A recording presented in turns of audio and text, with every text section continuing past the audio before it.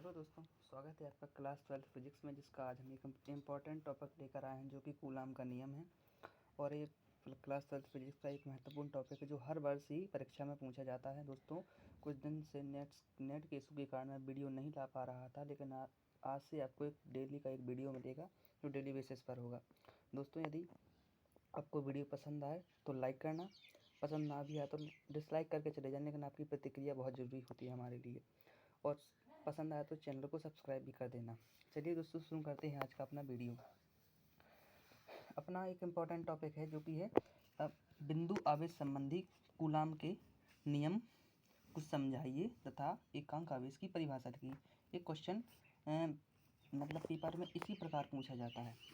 मैंने कुछ पहले से लिख कर के रखा है हिंदी, उसको अब देखते हैं। कुछ है सन 1785 में जो कूलाम का नियम ऐसा है। सन 1785 में कूलाम ने दो बिंदु आवेशों के मध्य लगने वाले आकर्षण और प्रतिकर्षण बल के मध्य संबंध व्यक्त कर एक नियम दिया जिसे कूलाम का नियम कहते हैं। आपको पहले क्वेश्चन शुरू करने से पहले इतना मतलब किसने नियम दिया और कब दिया ये आपको लिखना पड़ेगा, तब आपको पेपर में पूरे नंबर मिलेंगे। क्या दिया था? सन 1785 में कूलाम ने दो बिंदु आवेशों के मध्य लगने वाले आकर्षण प्रतिकर्षण बल के मध्य संबंध व्यक्त कर एक नियम दिया जिसे कूलाम का नियम कहते हैं। मतलब सन 1785 में कूलाम ने एक नियम दिया था जो कि क्या था? आकर्षण प्रतिकर्षण बल के मध्य उन्होंने एक संबंध व्यक्त करके एक नियम दिया जिसे कूलाम का नियम कहते हैं। इस नियम के अनुसार दो बिंदु आवेशों के मध्य लगने वाला आकर्षण और प्रतिकर्षण बल, मान के चलो दो बिंदु आवेश कैसे हैं, मान लेते हैं Q1 और Q2 हैं। माना दो बिंदु आवेश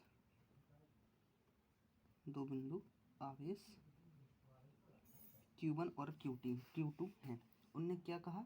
दो बिंदु आवेशों के मध्य लगने वाला आकर्षण और प्रतिकर्षण बल आवेश के परिमाण के गुणनफल के अनुक्रमानुपाती तथा उनके बीच के दूरी के वर्ग के व्युत्क्रमानुपाती होता है। चलिए इसका पहले चित्र बना लेते हैं।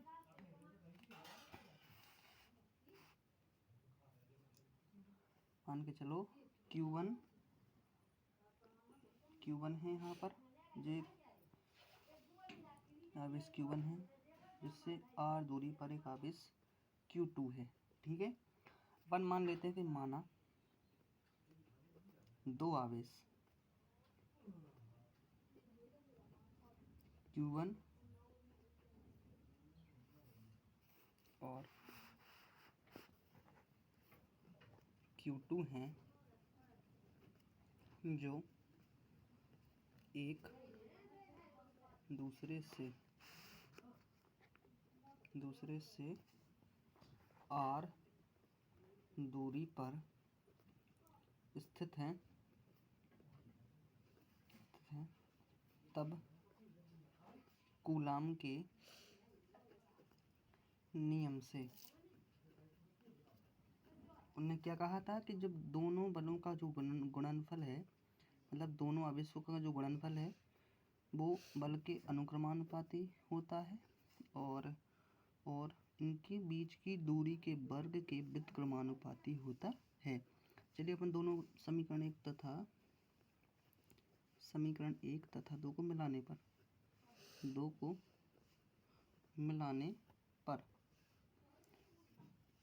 दोनों को मिलाएंगे तो Q1 इंटू में Q2 बटे में R स्क्वायर, LHS का दोनों बराबर हैं तो एक आ जाएगा। इन दोनों को मिला दिया सो Q1 इंटू Q2 ऊपर आ गया बटे में नीचे R स्क्वायर आ गया। ठीक है, अब यदि अपन इस नियतांक को हटाएं, इस अनुक्रमानुपाती के चिन्ह को हटाते एक नियतांक आता है जो कि C है।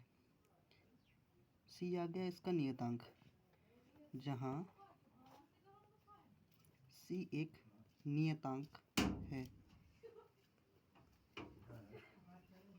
है जिसे कूलाम का नियतांक कहते हैं। CGS पद्धति में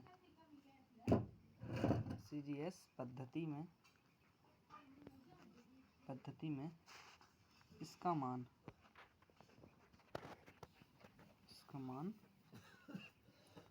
C बराबर में 1/4 4 पाई एप्सिलॉन 0 होता है।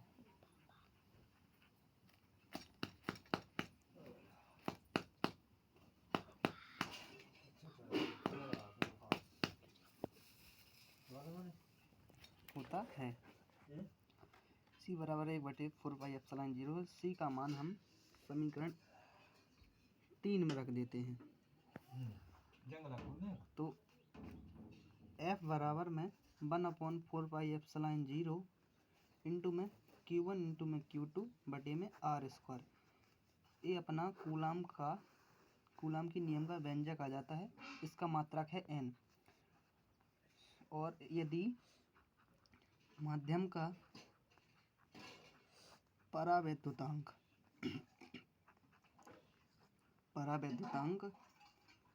K हो तब क्या हो जाएगा? 1/4 पाई एप्सिलॉन 0 4 पाई एप्सिलॉन 0। अब यहाँ पर K और जुड़ जाएगा और वैसे का वैसा ही रहेगा बटे में R²। ये अपने कूलाम के नियम का व्यंजक है। इसी के साथ अपने वीडियो का अंत होता है। जय हिंद दोस्तों, वंदे मातरम।